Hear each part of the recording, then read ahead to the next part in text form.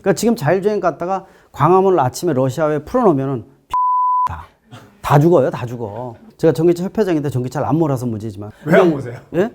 보조금 많이 줘라 막 그러는 거야. 보조금 더 줘. 그래야지 내가 산다 막 그러는 거 있는데 좋으시죠? 보조금 유지하는 거? 네. 예, 그래서 그렇게 하고 있습니다. 미래 산업으로서의 전기자동차 쪽 경쟁력을 갖고감에 있어서 적절하게 그 타이밍과 이런 문제가 있을 것 같은데요. 어떻게 보세요?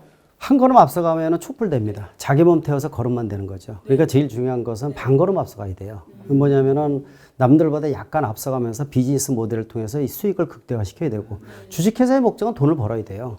벌어야지 남들도 도와주는 거고 국가가 부강해지는 거기 때문에 그래서 지금 이제 모빌리티에 대한 부분들은 뭐 탄소 문제라든지 배출가스 또 국제 환경 기준이 굉장히 까다롭게 변해요. 유럽 같은 데서는 이제 환경 기준이 까다롭고 미국은 연비 쪽 포인트가 좀 틀리거든요. 대한민국은 양쪽을 짬뽕 국가입니다. 그러니까 법을 두 가지를 합쳐놨죠. 그래서 한미 FTA나 한유럽 FTA를 진행을 하고 있는데 제일 중요한 부분들은 모빌리티에 대한 것들은 너무 빨리 가도 안 된다고 말씀드린 이유가 전기차 전환이 되고 있지만 이게 너무 빨리 되는 것 자체가 경착륙이 될 가능성이 커요. 사회적 휴유증에 대한 것들을 최소화시켜야 되는데 그런 것들을 챙기지 못한다면 도리 얻는 것보다 잃는 게 더 많다는 거죠. 자연스럽게 내연기관차에 대해서도 에코드라이브 같은 친환경 경제운전을 몸에 배기해서 기존에 지금 등록대 2,600만 대 중에서 100만 대만 친환경이고 2,500만 대 내연기관차입니다. 이 부분을 지금 버리면 안 된다는 거예요. 정부도 이 100만 대를 가지고 전기차 활성화를 올해 누적돼서 50만 대 얘기를 하고 있는데 이거를 전시행정으로 이것만 쓰면 안 된다는 거죠. 그래서 제일 중요한 부분들이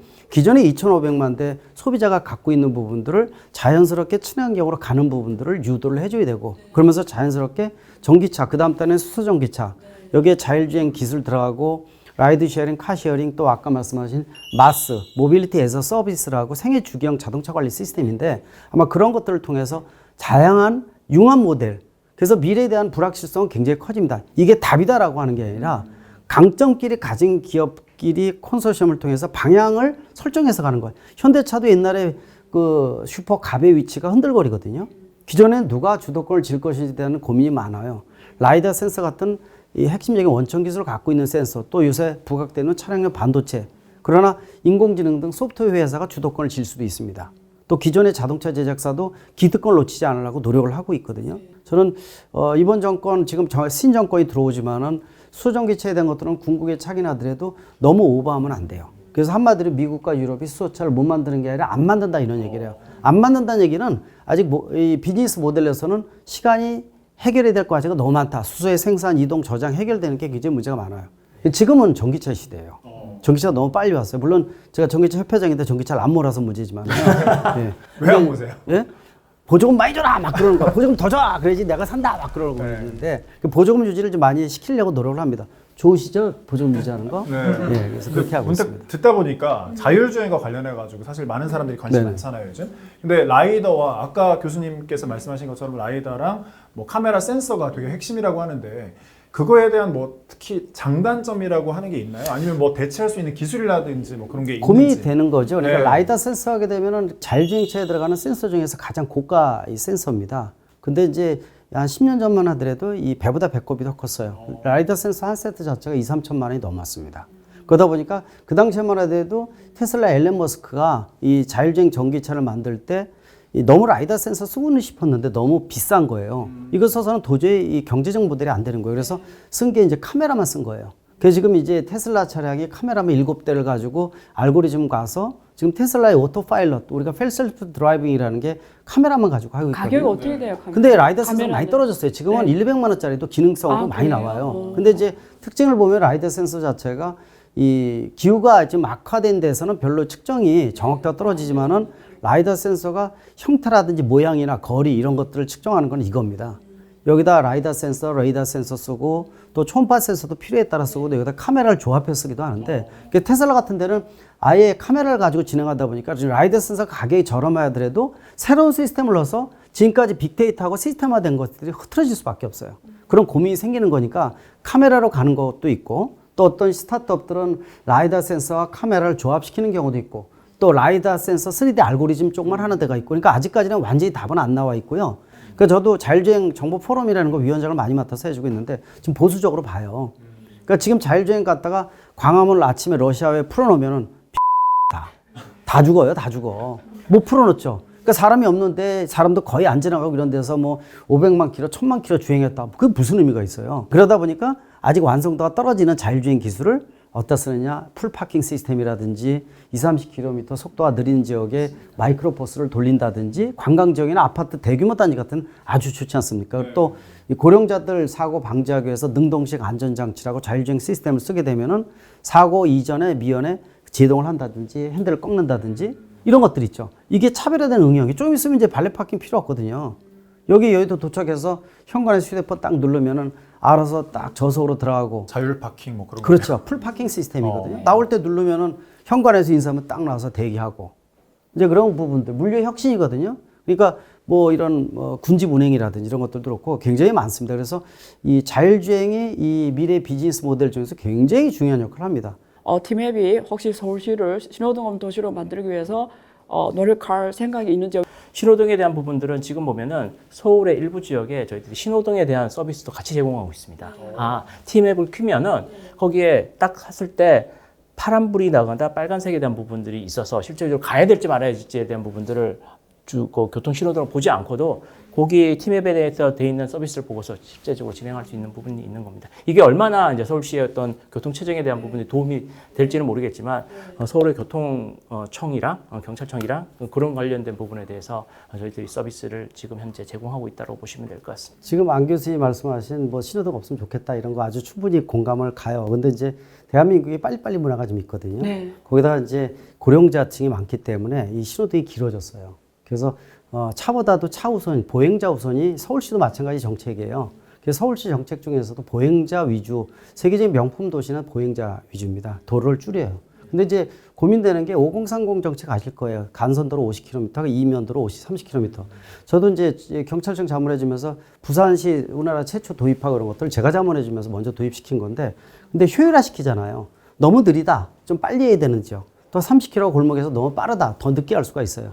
근데 5030 정책의 가장 중요한 포인트는 T맵 같은 데가 역할을 해주는 거예요. 무슨 얘기냐면은 도심지에 10개 신호등을 거쳐야 되는데 하나당 2분이다 그러면 20분 날아가는 거예요. 20분. 근데 T맵을 통해서 예를 들어서 이런 이 데이터 알고리즘을 통해서 내가 가는데 앞으로 내가 시속 50km를 달리게 되면 앞에 신호등을 10개에서 7개는 그냥 지나고 3개만 쓴다. 10개를 쓰는 걸 3개만 쓰게 하면은 최고지 않습니까? 그렇죠. 그런 차의 신호를 이 지능형 교통 시스템이나 이런 걸 통해서 당신이 몇 킬로 유지하면은 앞에 신호등이 초록입니다라는 걸 유지하면은 정지하지도 않기 때문에 배출가스 덜 나오고 연비 개선되고 교통체증 개선되고 교통사고도 줄일 수가 있어요. 원래 5030 정책의 키워드는 지능형 교통 시스템 이거를 극대화시켜서 연동을 해서 신호등 자체를 속도를 약간 느리더라도 정지를 안 하게끔 만들어주는 거 그게 최고이기 때문에 그래서 그런 부분들이 없다 보니까 5030이 답답하다 이런 얘기가 나오는 건데 아마 그런 역할이 바로 이런 T맵 같은 데서 개인별 차종에 따라서 그 시그널을 준다 이렇게 보시면 될 것 같아요. 기존에 일단 뭐 내연기관차 하면 엔진 변속기에 대해서는 배터리 모터가 들어갑니다. 그러니까 이제 굉장히 고민을 해야 될 게 많은 거예요. 지금 전기차 보급에 혈안이 돼 있다 보니까 그런 얘기가 좀 소홀히 돼 있고 전기차 보급에 있어서 굉장히 중요한 게 소비자한테 많이 알려야 돼요. 어떤 특성이 있느냐? 우리 휴대폰과 같이 야간에 꽂고 아침에 빼고 나오는 게 가장 좋다는 거. 일반 주유소 같은 생각 버리고 휴대폰과 같이 생각하라는 거. 그리고 배터리가 바닥에 들어가서 안정성이 좋고 좋지만은 침수도로 같은 거 지나갈 때 방수 처리가 잘 돼 있지만은 물 있는데 치고 들어가면은 별로 안 좋습니다. 또 대한민국이 전 세계에서 과속 방지턱이 가장 많은 국가예요. 내연기관차 밑에 바닥에 툭툭 추진하는 경우 한두 번씩 경험이 있거든요. 이거 바닥 치면 안 돼요. 리튬이온 배터리 자체가 워낙 충격이나 압력에 취약한 부분이 있어서 텅스텐 뭐 케이스 이런 걸로 만들지만은 그런 거 부닥치면 안 되고 젖은 손으로 충전해도 안 되고 이런 여러 가지 부분들이 있는데 그런 얘기 아무도 얘기 안 해주잖아요. 그러니까 꼭 죽어야지 난리 피는 나라에 한 명이 샘플로 나가면은 그때 와 하다가 한 일주일 전 리셋 기능이 너무 강해 대한민국이. 그런 걸 잊어먹으면 안 되는데 그래서 그런 것을 반복적으로 지속적으로 홍보를 해주고 전기차가 되면서 어떤 시스템을 어떻게 해야 되는지 이런 것들 좀 알려줘야 되거든요. 교육이 그러니까 필요하네요. 운전면허 자체가 13시간이 뭐 여러분들 스텔드 카 알고요. 스텔드 차 알죠? 밤에 아무것도 안 켜고 검은 덩어리 지나가는 거 간혹 보이죠? 그 원인이 세 가지가 있는데 원인 세 가지 중에 하나가 뭐냐면요. 내가 계기판을 초보 운전자가 누른 스위치를 몰라서 그냥 가는 거야. 실제로요. 킬 줄 몰라서. 네, 킬 줄 몰라. 오직 전진만 할 줄 알아. 측방도 못 봐. 예. 내 계기판의 스위치 몰라. 또 가르쳐 준 적이 없거든요. 13시간 뭘 배워요? 그러니까 안 되는 겁니다. 그러니까 이제 그런 근본적인 거. 그래서 이 중국이나 일본이 60시간으로 올라가고 있어요. 우리나라 13시간입니다. 이 상태에서 국제 면허 주고, 제가 국제사회에서 얘기하려다가, 이건 또 국부 유출이잖아. 별로 안 좋잖아요. 그래서 얘기는 안 하는데, 제가 안 하는데, 창피한 거예요, 그거는. 우리가 천재도 아니고. 그러다 보니까 운전면허, 장롱면허 있다가 운전하기 위해서 나오면은 다시 운전연습하고 비용대 들어가고. 문득 교수님 말씀 듣다 궁금한 게 밑에가 배터리라고 했잖아요. 그러면 이제 이거는 제 개인적으로 궁금증인데 전자파 안 위험해요? 전자파는 건전지 위에 있는 거잖아요. 사람이. 위에 있는데 이게 이제 운행할 때는 전자파 장애에 대한 차폐가 법적으로 돼 있어요. 그래서 얼마 이상 안 나오게끔 돼 있어요. 문제는 지금은 괜찮은데요. 예를 들어서 어느 때 문제냐면은 앞으로 무선 충전 방식이 보편화됩니다. 그러니까 지금 유선을 꽂잖아요. 근데 무선 기술이 많이 개발돼서 앞으로는 이제 앨런 머스크가 그러잖아요. 1차적으로 자기네 테슬라 차량을 1차가 뭐냐. 내가 여기서 세미나하고 있다. 그러면 차가 혼자서 충전이 30%뿐이 안 되네. 그러면 혼자 나갑니다, 얘가. 나가서 충전하고 돌아오거든요. 근데 충전하고 돌아올 때 무선 충전을 하거든요. 슈퍼차저 무선 충전을 하고 돌아와서 띵동 주인님 7,000원 나왔습니다. 후불 하시면 됩니다. 이렇게 와요. 그게 1차고 2차는 뭐냐. 주인님이 오후에 계속 세미나를 해. 그러면 충전뿐만이 아니라 무인 우버가 돼서 돌아다니면서 돈을 벌고 돌아다녀요, 얘가. 그리고 와서 끝나기 전에 딱 와서 주인님 올해 총 수입 5만 원, 10,000원 충전 4만 원 수익입니다. 나는 여기서 일하고 있는데 얘는 돈 벌고 다니는 거죠. 그게 앨런 머스크의 생각인데 이게 뜬구름 잡는 얘기가 아니거든요. 그 이제 그런 것들을 생각하면 무선 충전 방식 같은 경우가 예를 들어서 주차장에다 주차시켜 놓을 때 무선 충전을 보통 할 겁니다. 근데 바닥에서 올라올 때 그때 전자파가 엄청나요. 그래서 사람이 탄 상태에서 무선 충전하면 절대로 안 돼요. 그래서 내려야 되거든요. 아마 그거는 시스템으로 돼 있어서 무선 충전하는 게 사람 다 내리는 거 안에 사람이 없다는 거 확인을 하고 그다음에 충전하는 그런 것들은 뭐 기술적으로 문제가 없으니까 그래서 전자파 장애에 대해서는 큰 걱정은 안 하셔도 되고요. 질문에 대한 답을 얘기하면 2-3시간 얘기해야 되는데 간단히 포인트만 잡으면 대한민국은 일단 수소차, 전기차 구분 없이 원자재가 거의 안 나와요. 그러니까 몸뚱아리 교육받아서 몸뚱아리로 이 정도 이 선진국으로 됐다는 건 굉장히 아까 자동차 산업뿐만 아니라 자부심 가져도 괜찮습니다. 근데 이제 요새 우크라이나 사태로 이 주름살이 커지고 있죠. 그가 많이 올라가고 있고 리튬이라든지 이 심지어는 철강, 강철 제품도 가격이 올라가면서 자동차 가격이 많이 올라가요. 이 충격을 최소한 완화시켜야 되는데 고민은 많죠. 또 대한민국 전기에너지 요새 탈원전이니 뭐 원전 복귀니 이런 얘기 많이 나오죠. 굉장히 고민이 되는 게 뭐냐. 전기차 자체에 충전되는 전기에너지를 얼마큼 친환경으로 만들어내느냐가 굉장히 중요한 요소입니다. 여기 들어가는 전기에너지가 지금은 잉여전력 쓴다 그러지만 200만 대, 300만 대 되면 원전 한두 개 또 만들어야 되거든요. 고민이 많은 거예요. 그리고 뭐 신재생에너지, 풍력이라든지 태양광 하지만은 땅덩어리 뭐 하는 것도 아니고 지금 부작용 많이 생기죠. 굉장히 보조적인 에너지원뿐이 안 돼요. 이제 이런 것들을 해결해야 되는 게 이제 전체적인 그림이고 아까 질문 중에서 이제 전기차, 수소차 얘기했는데 일단은 틀린 거 뭐냐? 이 에너지를 만들어내는 방법만 틀리다 이렇게 보면 돼요. 그러니까 이제 전기차는 배터리에 전기 에너지를 공급해서 그 전기 에너지를 가지고 모터를 돌리고 감속을 시켜서 밖에 전달하는 게 전기차다 이렇게 보면은 수소차는 스택이라는 이 소형 발전기가 들어가 있어요. 수소하고 산소가 결합이 되는 시스템을 우리가 스택이라 그러는데 이 스택에서 전기 에너지가 나가고 찌꺼기 물만 나와요. 그 최고죠. 물만 나오니까 리사이클 측면에서 산소는 공기 중에 추출하고 문제는 수소인 거예요. 수소는 에너지 소스가 아니라 에너지 캐리어예요. 수소가 공기 중에 존재하는 산소와 틀리게 수소를 각 물질에 들어가는 걸 뽑아내야 돼. 뽑아내기 위해서 전기에너지가 들어가야 돼요. 근데 그 전기에너지가 친환경 에너지를, 신재생에너지를 넣어서 예를 들어서 물을 전기 분해하는 걸 수전의 방식이라고 그래요. 근데 전기에너지 들어가는 걸 신재생에너지 써서 나오는 수소를 우리가 그린 수소라고 그래요. 꿈의 수소죠. 지금은 부생 수소를 쓰고 있어요. 석유자원에서 화합물에서 나온 찌꺼기 가스가 부생 수소고 이거 부족하면은 LNG 천연가스에서 또 개재를 시켜 또 수소를 뽑아내. 석유자원에서 이걸 뽑아낸다는 게 낯간지럽죠. 궁극의 차라고 얘기하면서. 그럼 물을 전기 분해해줘야 되는데 그래서 어떤 분들은 그러죠. 야, 이 그린 수소 만들기 위해서 수전의 방식을 위해서 전기에너지 주려면 그 전기차 쓰지 왜 이 짓을 또 해? 그 이유는 이 전기차는 전기에너지 저장을 오래 못해요. 근데 수소는 수소를 만들어내서 탱크라든지 오래 저장할 수가 있기 때문에 에너지 다변화라는 측면이 있는 겁니다. 그러니까 이제 수소차에 대한 역할이 분명히 틀려요. 앨런 머스크는 들만 하는 게 수소다 이렇게 얘기를 하잖아요. 예, 그래서 뭐 그런 얘기 많이 나오죠. 도치코인이나 좀 얘기 안 했으면 좋겠는데 하여튼 예, 그런 부분이 많지만은 이제 그런 그림들이 있기 때문에 수소차하고 전기차는 궁극의 차이인 건 맞아요. 문제는 수소를 얼마만큼 친환경으로 대량으로 경제적으로 생산하느냐가 최고의 관건이에요. 저희들 20년간의 데이터에 대한 기반으로 해서 최근에 저희들이 아시죠? 뭐 조비 항공이라고 미국 항공연합국에서 유일하게 승인을 한 기체가 조비 항공인데 저희 쪽이랑 같이 공동 연구를 시작했습니다. 이제 실제적으로 저희들도 2025년에 이제 수도권의 UAM에 대한 어떤 상용화를 목표로 준비 중에 있는데요. 그 관련돼서 저희들 20년 데이터에 대한 부분을 가지고 UAM 노선 그다음에 버티포터에 대한 최적지에 대한 부분들을 어디에 둘 것인지에 대한 부분들에 대해서 조비랑 같이 하고 있고요. 저희들이 SK텔레콤과 한국공항공사, 한국국토연구원, 하나시스템과 같이 컨소시엄을 만들어서 물론 현대랑은 대척점에 있지만은 아마 그렇게 준비를 좀 하고 있고요. 결국은 그런 플랫폼 기업들이 그 국가와 지역의 이런 교통의 정보를 상당 부분 파악할 수밖에 없잖아요. 그게 국가 안전에는 위협이 안 되나요? 그거는 어떻게? 예, 제가 말씀드릴까요? 제가 이제 국방부도 전문에 있어요. 네, 방사청 국방부 다 전문에. 뭐든 다 모시면 돼요. 다 하셨네요. 그냥 자문. 예. 국사위원회부터 다 들어가기 때문에 네. 왜냐면 제가 이제 ADD나 이런 데 무기개발 관련 쪽도 많이 해요. 그렇기 때문에 이제 탱크 타고 매일 그러거든요. 그래서 평가도 해주고 그러는데 제일 중요한 게 그거예요. 중국 같은 경우가 예를 들어서 이제 그런 미중 간의 경제 갈등도 있지만은 국내에서는 대표적인 예가 구글이었어요.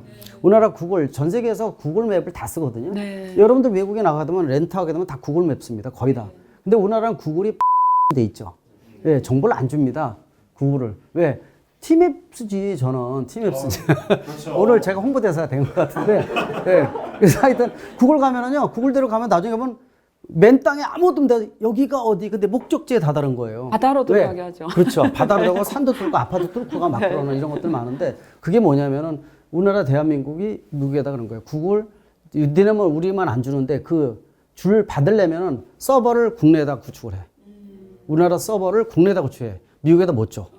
그게 있는 거예요. 그거를 또 제가 관련했었거든요. 그러다 보니까 정부에 자문해주면서 그래서 그런 부분이 있어서 구글이 지금 국내에서는 못 쓰고 근데 더 좋은 프로그램들이 많잖아요. 그래서 그런 부분이 있다는 거기 때문에 그래서 이게 이제 개인 정보 보호에 대한 거, 개인 프라이버시에 대한 거, 국가 안보에 대한 거, 대한민국에 군사실이 워낙 많기 때문에 그런 고민들이 있는 거예요. 그러니까 그런 것들을 가장 적절한 지점에서 어떻게 이 비즈니스 모델을 활성화하는데 지장이 없으면서도 국가 관련이나 개인 프라이버시를 보호해 주느냐에 대한 부분들. 그러니까 근데 테슬라 차량 같은 이런 경우가 각종 정보를 실시간으로 업데이트하고 보내고 카메라나 영상에 대한 거, 이거 카메라 다 돌리는 건데 뭐를 버리고 뭐를 획득하는지를 전혀 못하고 있다는 거죠. 이런 것들은 개인정보보호위원회가 이 대통령직속위원회에 있거든요, 대한민국. 그런데 그 역할이 어떻게 되느냐도 굉장히 중요하지 않나라는 측면에서 양면적인 부분들을 어두운 부분을 최소화시키는 게 가장 중요하지 않나 이렇게 보고 있습니다.